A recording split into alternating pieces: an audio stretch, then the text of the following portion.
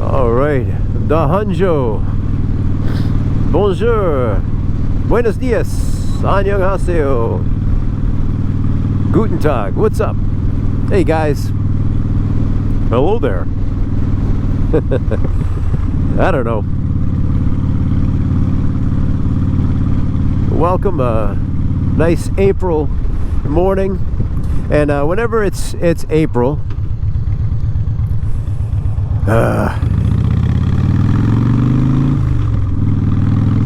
whenever it's April, I think back to college and a beloved professor of mine who would start April by opening up Geoffrey Chaucer's Canterbury Tales. And I took a Chaucer course from her. It's Dr. Ruth. Don't blush, not that Dr. Ruth. Dr. Ruth Cameron was a beloved, she and her husband, Dr. Jim Cameron, were beloved professors at Eastern Nazarene College where I went. And she would open up Chaucer's Canterbury Tales in the Middle English original, and on that arbor in the shorter suta and the, you know what, drockhead person to the root, she'd start to read and we'd be like, what in the world? The first time she did it, and she's like, this is actually English, you know, it's Middle English, so it's not even Old English. And it was all about April, you know, when you know, the sap starts to flow and stuff, and the energy goes back into the roots, or from, you know, and up into the leaves, into the shoots rather, and plants start to grow, and then these pilgrims would make merry and go on their pilgrimage to Sturgis, or you know, wherever you know. So the idea of the pilgrimage is so that was back in the, what are we talking, 1500s, Geoffrey Chaucer, 1400s? Boy, I can't remember. It was a long time. I think I went to college in the 1400s, so this was some time ago, I should say. But the idea of the pilgrimage is a wonderful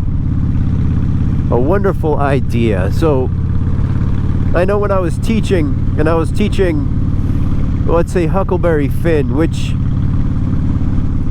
was a banned book for a while in many places, although I think it should be required reading in America because it's a very powerful book, and I had to teach it about 12 times or so, and every time I taught it I learned something different from it and just understood it a little bit deeper. But there you have what's referred to as a Bildungsroman, which is you get your character at the beginning, and then at the end of the novel they're back where they started, but they are not the same person anymore. They've gone through, they've leveled up, they've acquired some EXP, and hey, it looks like my friend's starting his FXR.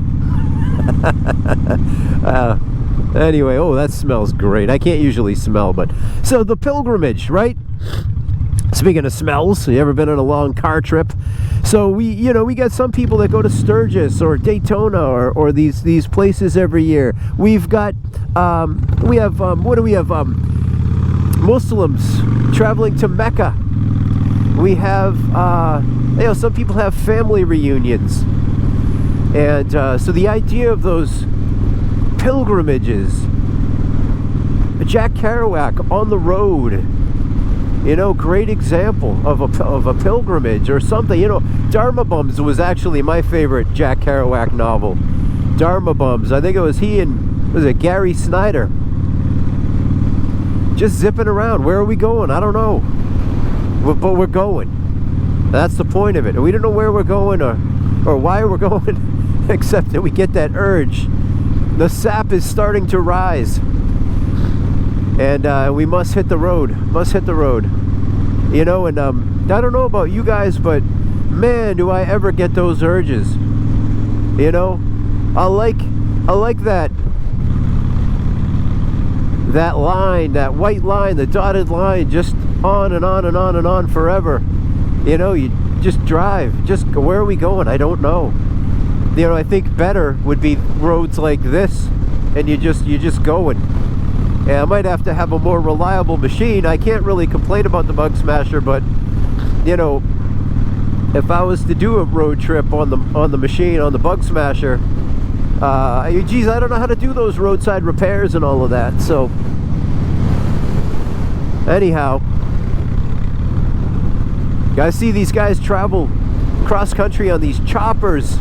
You got your, I like to call them the rototiller handlebars, you know, that are super narrow. Some people call them rabbit ears, but yeah, riding like this, got your little, like you're pushing a rototiller through the soil, speaking of spring. And man, they're breaking down, they're on the side of the road, they get that thing running again, and off they go. And I boy, do I admire those riders. It's men, women, all ethnicities. I mean, this is just, it's a type of person. It's not a gender, it's not a religious preference or anything like that. It's just there's some people who just have it in them to be able to set out on a machine and finish the journey, you know, whatever it takes. Wow, so admirable. If I was going to go on a pilgrimage like that, I think that I would need to go with a crew. I would need to be rolling with, I couldn't do it by myself. I think about the great Neil Peart, drummer from Rush, who rode his BMW motorcycle from gig to gig on the road, and he didn't take the MDUs, as he referred to it, the mileage disposal units. He was taking back roads, scenic roads. He was trying to hit national parks all along the way. And one time, after the death of his first wife and daughter, he rode from Canada. He went down, way down into South America. I don't remember how far down he went. He put like 40 or 50,000 miles on his motorcycle that year. And you know, he had a buddy. I think he went with his buddy Brutus. Oh, is it Michael, his real name? And but long story short, I don't think I have it in me to. I can't repair my bike on its own. So if I'm to do a pilgrimage, which someday I do hope to be able to do, I would really probably need to be with a crew. You know, you got to have the A team. You know, I'm not sure. I'm not sure what member of the A team I would be. I think I'm somewhere in the middle. I ain't good looking like Face Man. You know, I have the rage of B.A. Baracus. You know, and but I don't have the physique to back it up. I have the mental weirdness of Murdoch. Is that his name? Howlin' Mad Murdoch, right?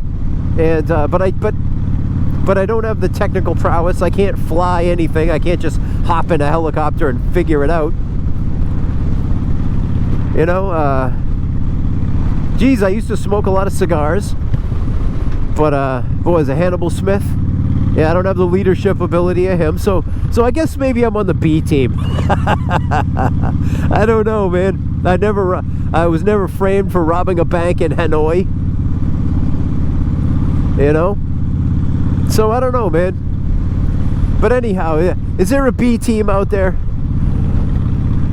Anybody else looking to do a pilgrimage? So this is not going to happen for a while. I got little kids at home. And on a small income, it's not going to happen right now. If I was rich, I would have done it already. You know, it takes money to make money, and you know, sometimes to do these things, you gotta either be really skilled so you get sponsored, or you just have to have the flow, man. And I never had the flow, so anyway, I'm gonna have to use patience. And someday I'd like to get out there, and I'd love to go coast to coast. I am on the East Coast. I grew up on the East Coast, in Massachusetts, right by the Atlantic. And I've been to the Pacific, but I'd like to get out there on two wheels. I'd like to see Canada. I'm afraid of Mexico. I've said that before. I don't know, the cartels and all that stuff. And yeah, that does, you know. So if I had a friend from Mexico who was taking me down there, then maybe that'd be cool. But man, where would you go? If you have a opportunity, it doesn't have to be on two wheels, folks. I'm talking about a pilgrimage. Maybe you got to get on a plane. Maybe you got to get on a donkey and ride a donkey somewhere. You know what I'm saying? Where would you go? Or would you just walk out the front door, you know, like a forest, and just start running?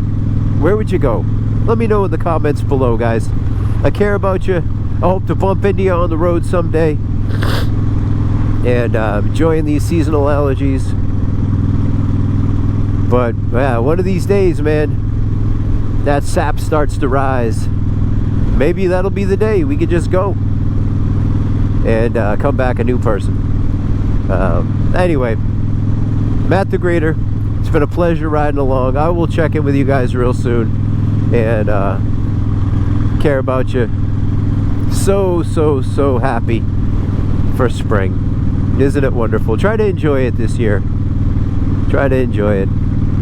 Alright, guys. Talk to you soon. Bye.